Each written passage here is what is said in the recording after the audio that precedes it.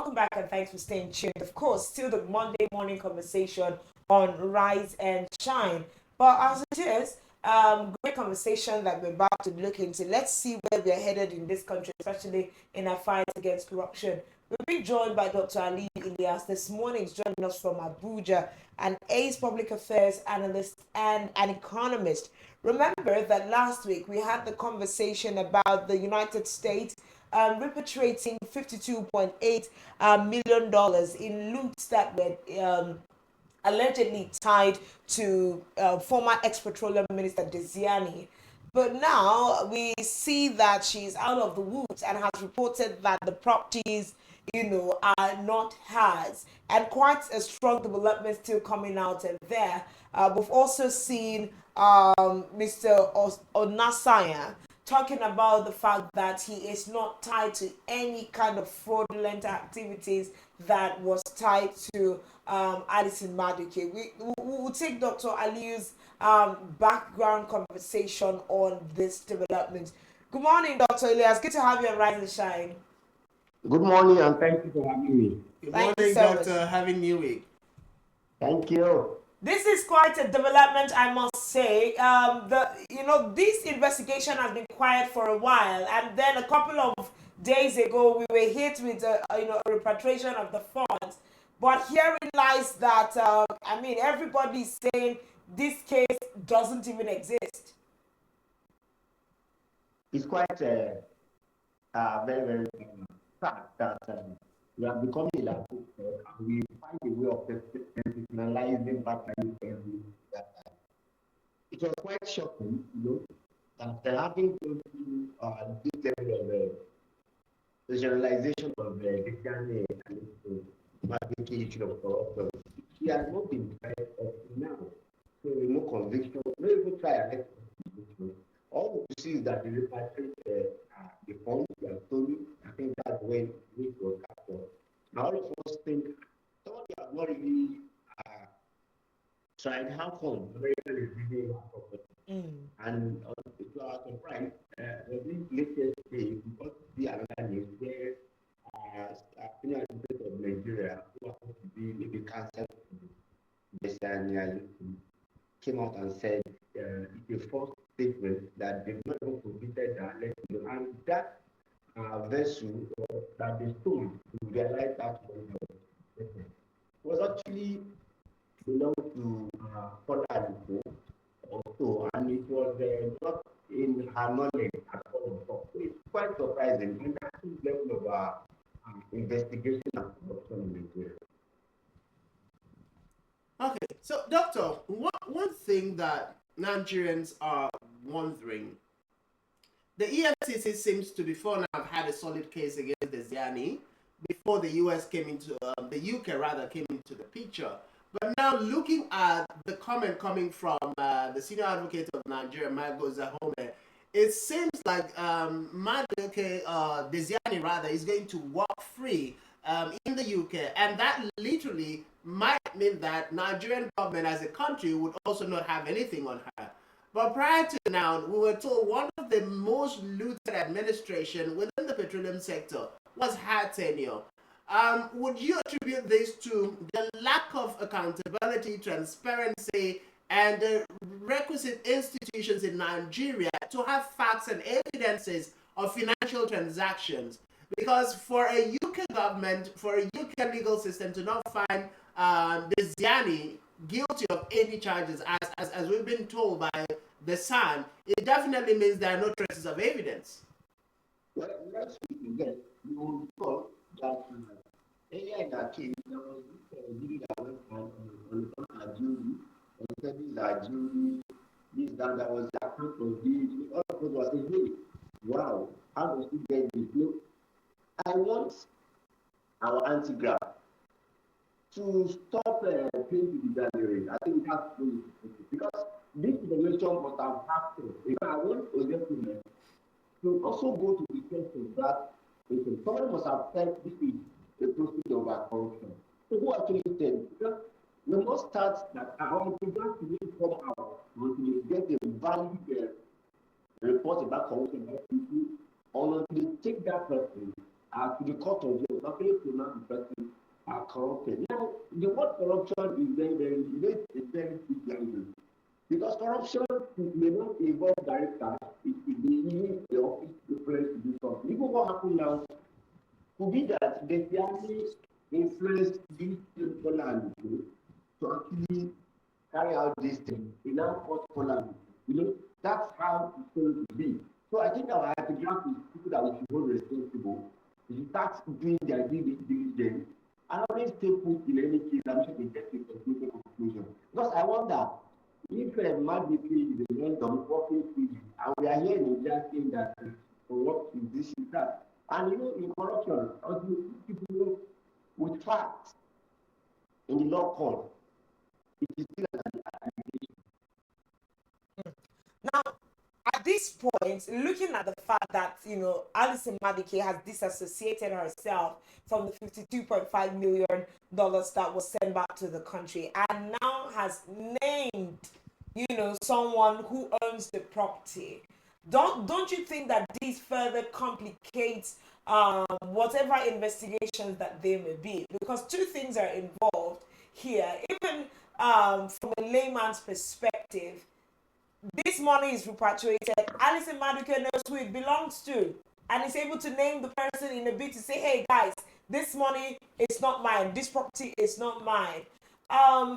And also looking into the detail of the UK government and, the Senior Advocate of Nigeria saying that there is no Maduka loot anywhere linked to the United Kingdom.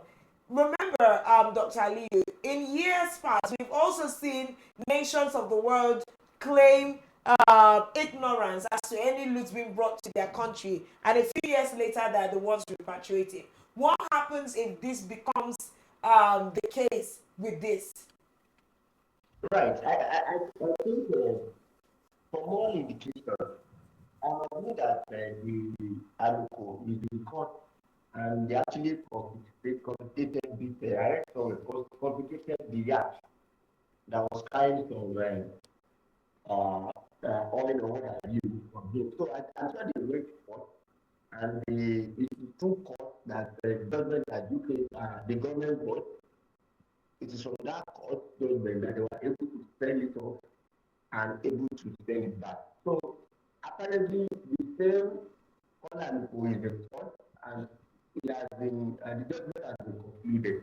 So we need to find the source of who actually linked the story to Madrid. In Nigeria, once somebody gets to say, oh, it's as if it's also person, everybody tends to believe who client think, and that's what happens just about this money. So I'm sure that person has his own case going.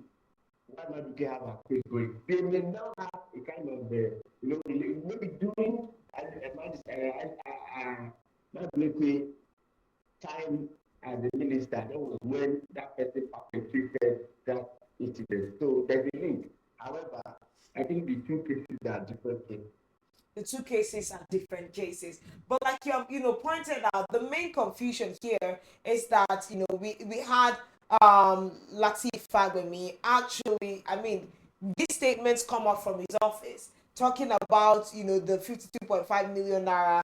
Now that information was released on January 10, announcing the receipts of those funds, and it was linked, recovered Galatica assets linked to the former minister. What the problem here will now be that the office of the Lateef Fagbemi did not do due diligence with this conversation before it broke out in the media, because like you said, we had this conversation with you last week. Your first question was, how is it that a person who has not been tried, the funds are already being repatriated? This will now take us looking into due diligence with matters of public interest at the national level. Well, sometimes, government of the day, once they appear, they are actually fighting corruption. So there's some things, you see, even they in the third link. So link that they cannot even establish, right?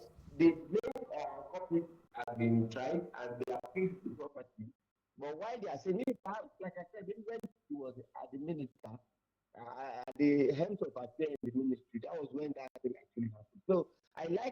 they cancelled to Madrid, it also go ahead and said what is the link, right? Mm. Because they are trying to debunk the link now. Then the minister is saying there's link, but for me, I don't know how someone has not been trying all this while they start to be linking to something you have seen from another person.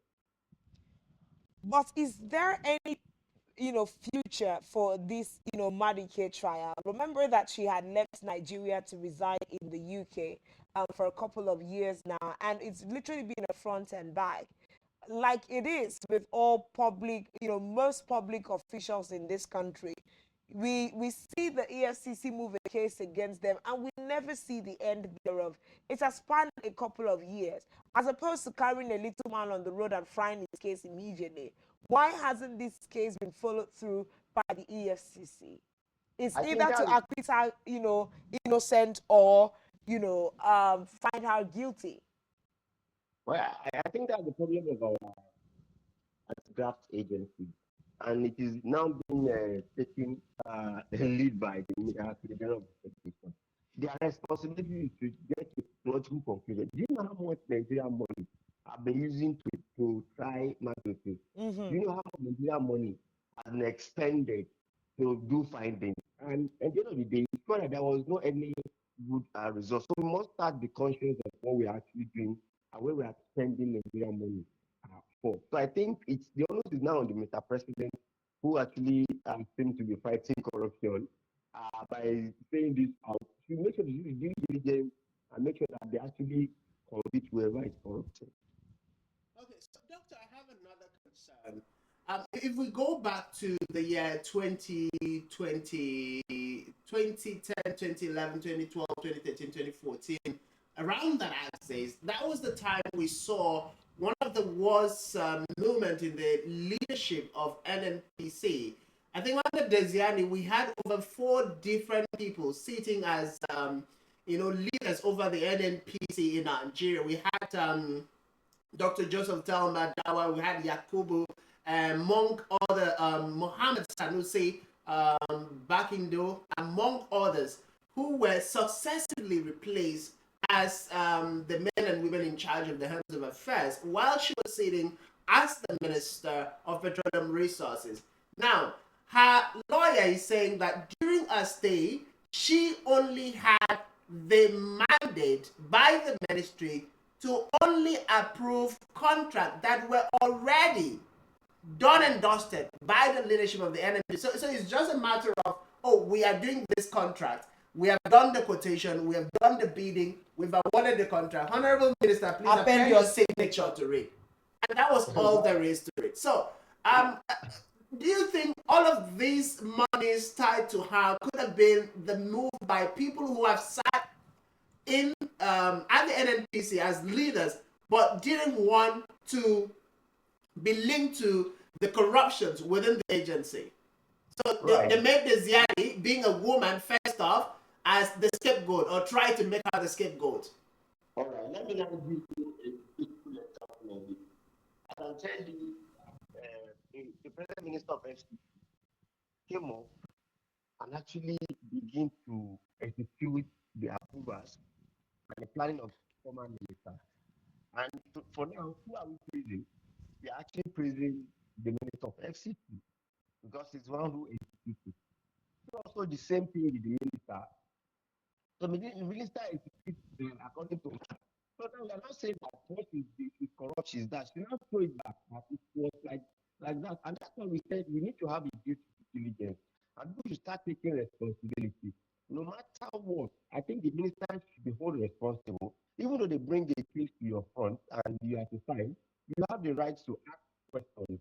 Why this, why that? And if you are convinced about it, that's when you have to sign. So for you to have signed, that means no matter who prepared it, no matter who have planned it, you are the one who executes it, and you should take the responsibility fully. So for me, I think I will still go back around to them.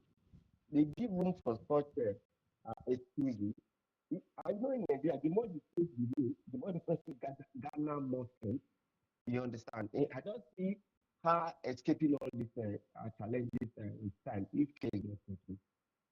Okay, So still on the same direction. Now, there are certain things that we also need to bring up about Diezani and her time. She had a whole lot of issues with the different persons um, during her time as the Minister of Petroleum Resources in Nigeria. One of such was the issue she had with the leadership of NNPC sacking or firing professionals.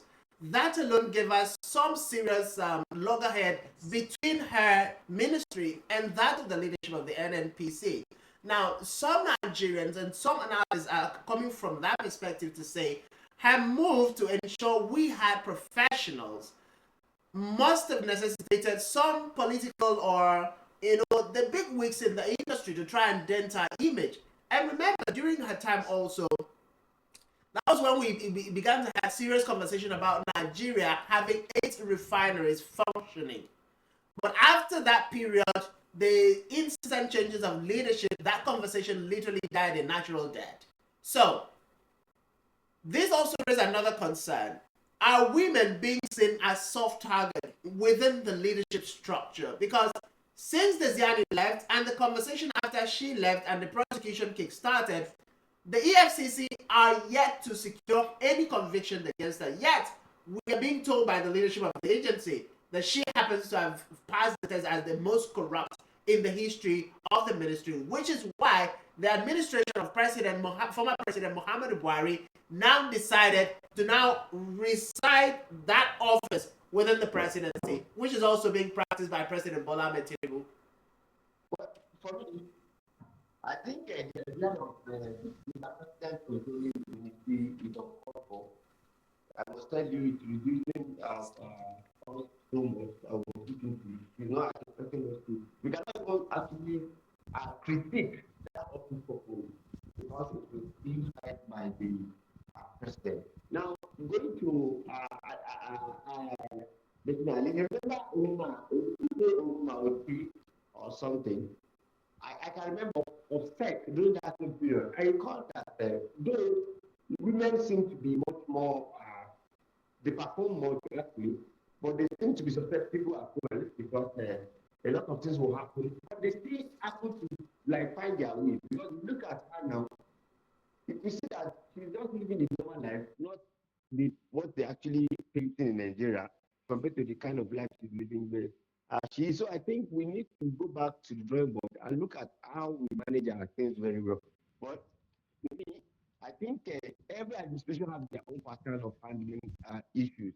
So possibly this is where the President Bola Ahmed Tinubu wants to handle issue of corruption. You remember, the President Muhammad Buhari was much more aggressive to an extent, but now they are actually trying to repatriate, which is actually a good one for them. But they should be able to follow every case to a logical conclusion because of the level at which we are expending on those cases.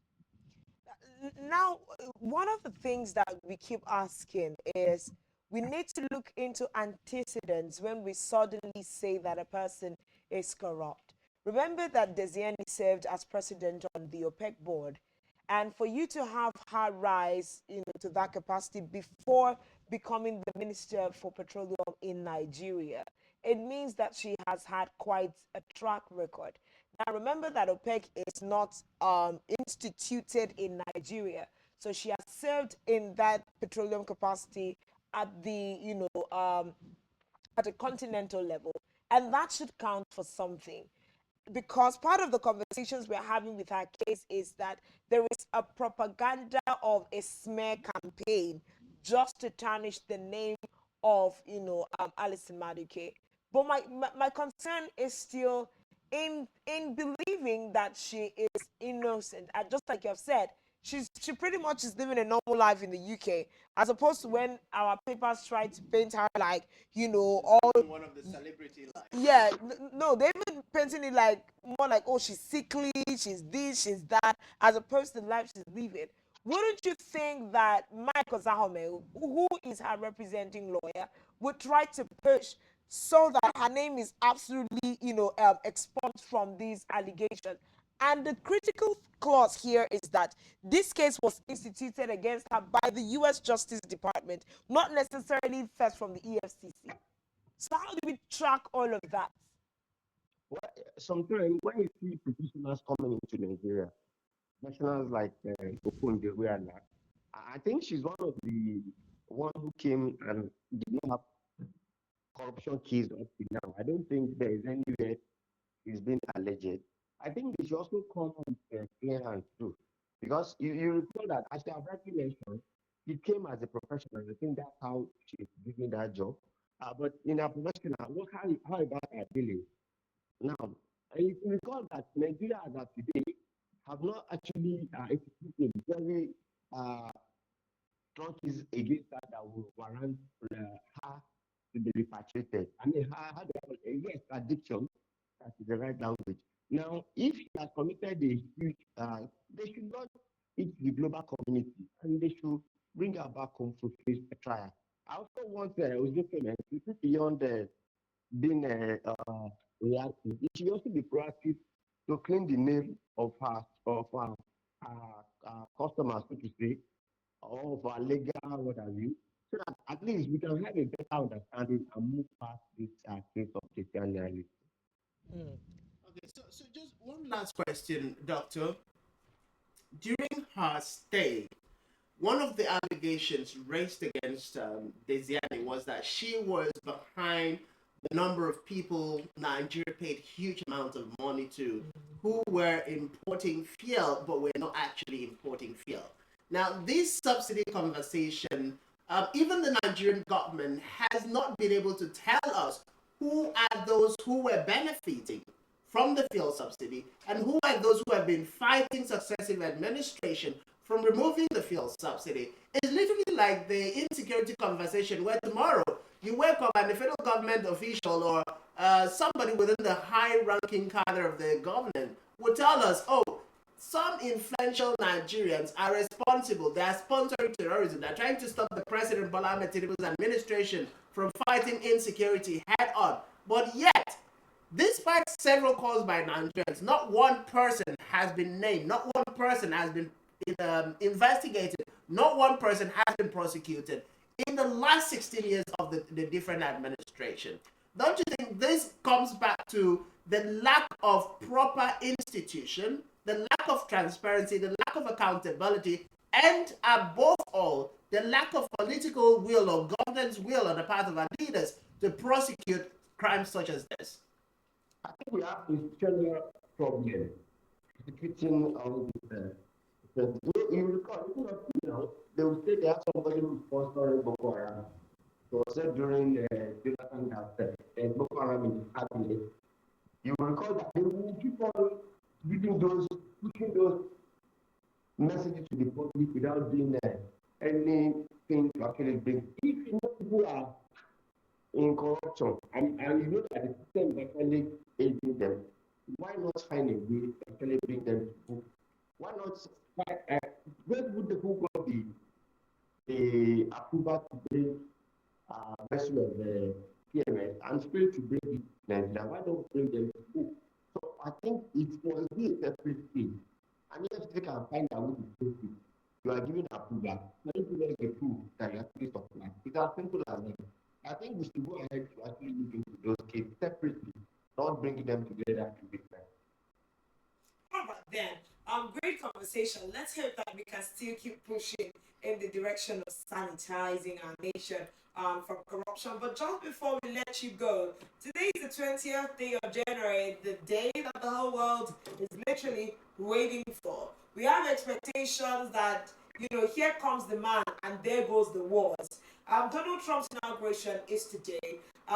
Since yesterday, he's been in a beehive of activities, pre-rally conversations, restating some of his key policies for his administration. There are some policies that they're expecting to kickstart from day one. Just today. From today. And I think one of the most historic things that he has done, there was a controversy around the validity of TikTok in the nation.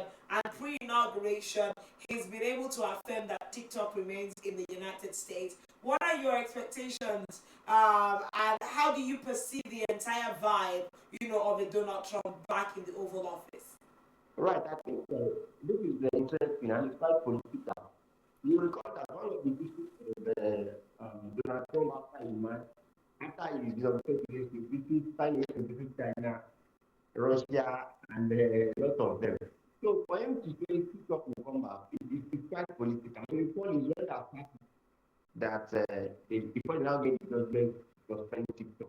So I think he's coming to actually get kind of respite globally, which is what we expect from him. So sometimes you see Trump, I can tell you, this Trump administration for last 4 years before the first coming of Trump, there was no war anywhere in the world. You find a way to look into it and pray from war. But the rate at people are serious war everywhere, even typical war in China, in Gaza, and a lot of things. So Trump is coming to find a way to actually gather it, which is quite accepted.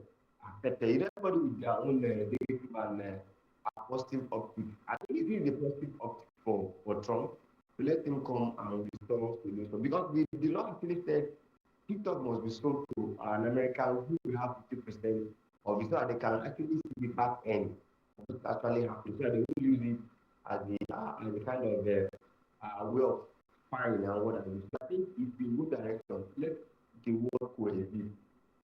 Let the world coexist. We are concerned whether that's going to be interim for just 4 years and the last. But some key concerns.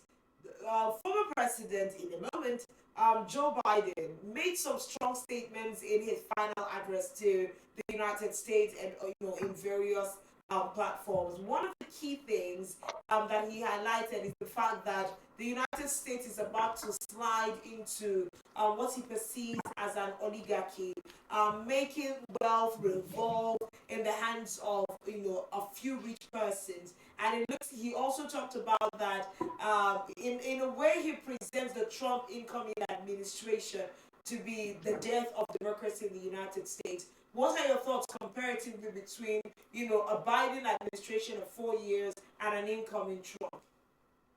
Right. If you ask me, in the first 4 years of Trump, I don't see anything that America. Though he said America, let America be great again.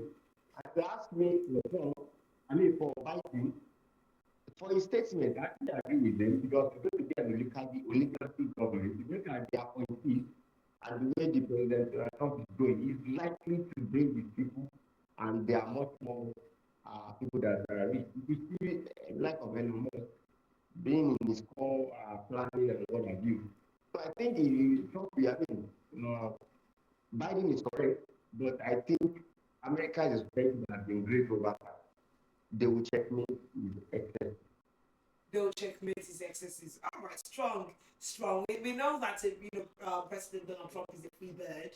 It would be beautiful to see the people of the United States able to check his excesses, and that is also critical and very important. Very important. Thank you very much, Dr. Ali Elias, for coming on the show this morning. It's been a great time having these conversations with you. Thank you. Thank you.